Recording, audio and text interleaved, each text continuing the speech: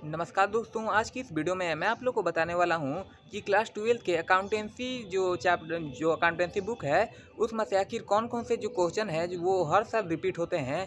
और दोस्तों इस वीडियो में मैं केवल 36 मार्क्स का क्वेश्चन बताऊंगा और अगर आप डिमांड करोगे तो मैं इसका पार्ट 2 भी बनाऊंगा। चलिए दोस्तों इस वीडियो को पूरा जल्दी से पढ़ लिख कर ख़त्म करते हैं। तो दोस्तों वो कौन कौन से क्वेश्चन है चलिए मैं आप लोग को बताता हूँ। सबसे पहले आता है दोस्तों हमारा अकाउंटिंग फॉर पार्टनरशिप। जी हाँ दोस्तों, इसी में टोटल 36 मार्क्स का आता है। तो अकाउंटिंग फॉर पार्टनरशिप में क्या होता है चलिए बताता हूँ। देखिए पहले मैं इसको इंग्लिश में एक्सप्लेन करता हूँ।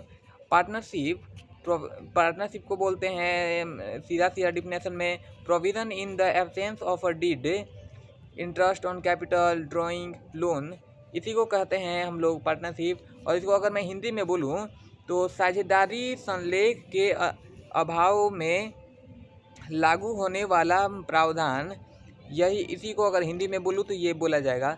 चलिए अब दूसरा है हमारा गुडविल। जी हाँ दोस्तों, गुडविल अगर मैं इसको इंग्लिश में बोलूँ, गुडविल को आखिर कैसे डिफाइन मतलब पूछा जाएगा क्या है गुडविल, उसके बारे में कुछ बताइए, तो आप सिंपल से ऐसे बता सकते हो, calculation using average profit and super profit method. और अगर मैं इसको हिंदी में बोलूँ तो गुडविल का अर्थ है औसत लाभ और अधिकतम विधि का उपयोग करके गणना। अब देखिए दोस्तों हमारा थर्ड है रिकॉन्स्टिट्यूशन। दोस्तों अगर रिकॉन्स्टिट्यूशन को अगर इंग्लिश में कोई पूछे तो उसको आप सिंपल से बोल सकते हो, numerical problems on calculating the gaining by sacrificing ratio and the preparation of the revaluation account during admission और रिटायरमेंट। ये है दोस्तों रिकॉन्स्टिट्यूशन का सिंपल सा डिफिनेशन, जिसको आप लिखिएगा तो आप लोग को नंबर मिल ही जाएगा।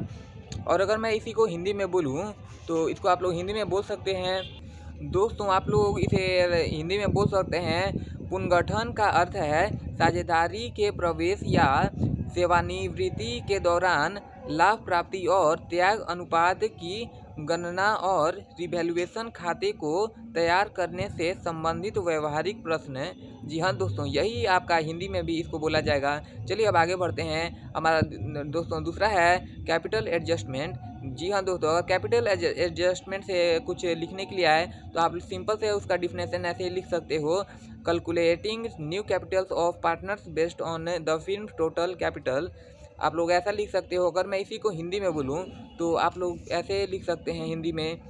दोस्तों कैपिटल एडजस्टमेंट का अर्थ है फर्म की कुल पूंजी के आधार पर साझेदारी की न्यू पूंजी की गणना करना। चलिए दोस्तों यही आप हिंदी में भी लिख सकते हैं। चलिए आगे बढ़ते हैं। दोस्तों मैं आगे नहीं बढ़ सकता कि मैं आगे क्या क्या बताऊंगा, मैं आप लोग को ये बात बता देता हूँ आगे किस किस टॉपिक पर हम लोग डिस्कस करने वाले हैं, किस किस टॉपिक पर बात करने वाले हैं। तो दोस्तों जो हमारे 24 मार्क्स का आएगा वो है अकाउंटिंग फॉर कंपनीज। जी हाँ दोस्तों, इसके बारे में हम लोग नेक्स्ट वीडियो में बात करेंगे। अगर आप इस पर मात्र 5 लाइक ले आए तो मैं इस पर वीडियो बना दूंगा। देखिए अकाउंटिंग फॉर कंपनीज में हम लोग क्या क्या पढ़ेंगे चलिए ये भी बता देता हूँ।